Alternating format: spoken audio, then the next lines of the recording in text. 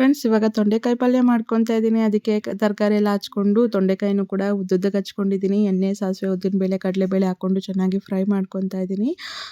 So ಈಗ ಮೆಣಸಿನ್ಕಾಯಿ ಕೂಡ ಹಾಕ್ಕೊಂಡು ಚೆನ್ನಾಗಿ ಫ್ರೈ ಮಾಡ್ಕೊತಾ ಇದ್ದೀನಿ. ತೊಂಡೆಕಾಯಿ ಪಲ್ಯ ತುಂಬ ಚೆನ್ನಾಗಿ ಬರುತ್ತೆ. ನಾವು ಏನು ಅಂತಂದರೆ ಹಣ್ಣಾಗಿರೋದು ಹಾಕಿದ್ರೆ ಒಂಥರ ಟೇಸ್ಟು, ಕಾಯಿ ಇರೋದು ಹಾಕಿದ್ರೆ ಒಂಥರ ಟೇಸ್ಟು.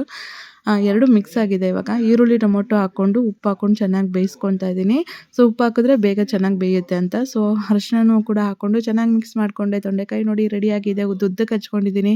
ಈಗ ತೊಂಡೆಕಾಯಿ ಹಾಕ್ಕೊಂಡು ಚೆನ್ನಾಗಿ ಕಲಿಸ್ಕೊತಾ ಇದ್ದೀನಿ. ಅದು ಬೇಗ ಬೇಯಲಿ ಅಂತ ಅಂದ್ಬಿಟ್ಟು ಅದ್ರ ಮೇಲೆ ಇದು ಕ್ಲೋಸ್ ಮಾಡಿದೆ. ಸೊ ಇವಾಗ ನೀರು ಹಾಕ್ಕೊಂಡು ಚೆನ್ನಾಗಿ ಬೇಯಿಸ್ಕೊತಾ ಇದ್ದೀನಿ. ಇವಾಗ ನಾನು ಗರಂ ಮಸಾಲ, ಧನಿಯಾ ಪೌಡರು ಅವೆಲ್ಲ ಹಾಕ್ತಾಯಿದ್ದೀನಿ. ಇವೆಲ್ಲ ಹಾಕಿದ್ರೆ ಏನಂದರೆ ಟೇಸ್ಟ್ ಚೆನ್ನಾಗಿ ಬರುತ್ತೆ. ಈಗ ಕೊಬ್ಬರಿನ ನಾನು ಮಿಕ್ಸಿಗೆ ಹಾಕ್ಕೊಂಡಿದ್ದೆ. ಈಗ ಅದನ್ನು ತೊಂಡೆಕಾಯಿಗೆ ಹಾಕ್ಕೊಂಡು ರೆಡಿ ಮಾಡ್ಕೊಂಡಿದ್ದೀನಿ. ಊಟದ ಜೊತೆ ತೊಂಡೆಕಾಯಿ ಪಲ್ಯ ಸೂಪರಾಗಿತ್ತು ಫ್ರೆಂಡ್ಸ್.